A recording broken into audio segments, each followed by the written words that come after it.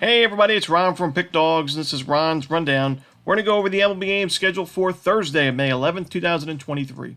Now, if you like what you see, make sure to give this video a big thumbs up and subscribe to our channel. Don't forget to put your baseball picks in the comment section below, and if you're looking for my best bet, you can find those at the Premium Picks tab at Pickdawgz.com. We got a small card on Thursday in Major League Baseball. Here are the games. First up, it's the New York Mets taking on the Cincinnati Reds. We got a few afternoon games on the board on Thursday, and this is one of those 12:35 Eastern. Kodai Senga on the mound for the Mets, no official starter for the Reds in this game. I'm leaning towards the over. Not really my favorite game on the board, especially right now with not a lot of information out there. But, Kodai Senga, his control concerns me in a spot like this, as if he's not missing those bats and he's giving up the walks. We've seen him give up at least 4 walks in each of his last 4 starts. That's where you can get into some trouble, especially at a stadium like Great American Ballpark, which is already a very hitter-friendly ballpark. So, we've seen Senga have issues with the long ball at times this season. He gave up 2 home runs in back-to-back games against the A's and the Giants. And, I do worry about his, both of those games were on the road, by the way, where, he's fared a lot better at Citi Field than he's been on the road. 5.4 ERA in 15 innings away from home. Those 4 home runs, like I mentioned, 11 walks in those 15 innings. Opponent's batting average at 254 compared to 167 at home at Citi Field. So I don't really trust Senga in this game. I don't really trust a Reds bullpen game either. So give me the over. I think we see a more of a, a similar game to what we saw in the first game of the series. Give me the over in Mets-Reds. Next up, we see the Minnesota Twins taking on the San Diego Padres. Bailey Ober and Yu Darvish are your starters in this one.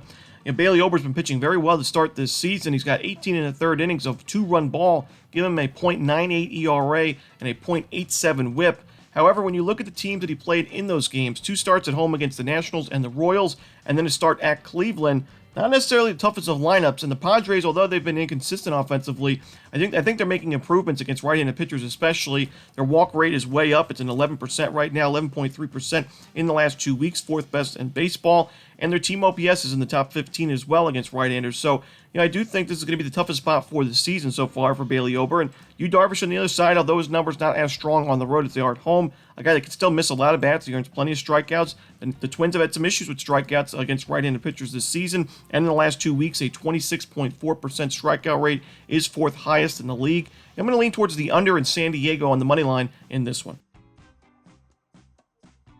Next up, it's the Chicago White Sox taking on the Kansas City Royals. Mike Clevenger and Brady Singer are your starters.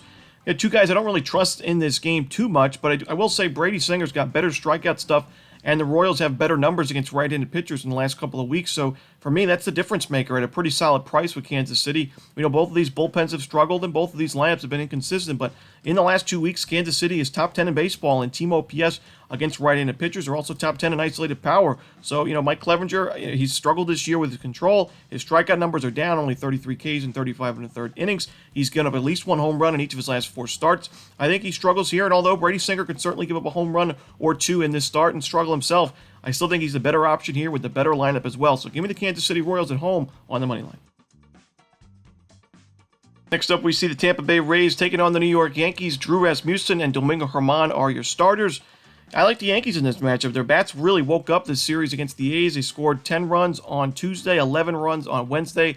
A lot of home runs, a lot of extra base hits. Now, I know that was the Oakland pitching staff in that starting rotation, but the Rays bullpen, like I've mentioned, their numbers are up there in the advanced analytics, the XFIP, and the Sierra. So there's some regression concerns there. I think the Yankees bats will be able to get to that bullpen.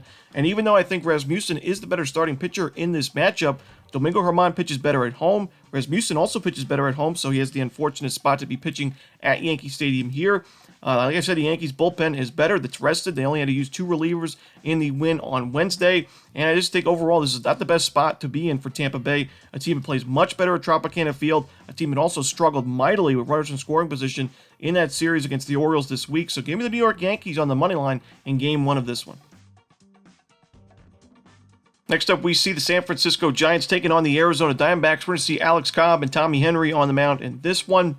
Now, this is a tough spot to be in for Alex Cobb. He's on the road, which we know he pitches a lot better at Oracle Park. At Oracle Park this year, 1.35 ERA. On the road, 3.29 ERA. Now, part of that is the Mexico City series, which, we know the altitude really hurt those starting pitchers. But still, Alex Cobb facing an Arizona Diamondbacks team that's number 1 in baseball in isolated power and team OPS against righties in the last 2 weeks. But Cobb is a really strong starting pitching option here, and Tommy Henry is not my favorite option to back that's for sure. I like the fact that the Giants are improving their numbers against lefties. Their strikeout numbers are down. Their OPS and isolated power numbers are up against those lefties. And Tommy Henry, a 5.17 ERA this season. His last start was his best against the Nationals, but we know that's not a very strong lineup. So for me, I'm leaning towards San Francisco. I could certainly see Cobb struggling in this game, but I do think the Giants' bats are going to be able to back him up, especially I think they're going to be able to add a few runs on this Diamondbacks bullpen. So give me the San Francisco Giants on the money line on the road.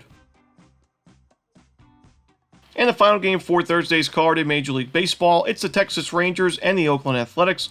No official starter for the Athletics in this one quite yet. We should see Nathan Eovaldi going for Texas. Now, this is an interesting game here, as the Oakland Athletics offense, to me, has made some big improvements, but their pitching staff is still struggling mightily. We know the bullpen and the starting rotation both giving up runs in bunches. We saw that in the series this week against the New York Yankees, giving up 7 runs, 10 runs, and 11 runs to a Yankees offense that was really struggling going into that series. So for Oakland, I do think this is going to be another series against another tough lineup where they are going to struggle, pitching-wise. I think we're going to see a lot of runs scored by Texas this series.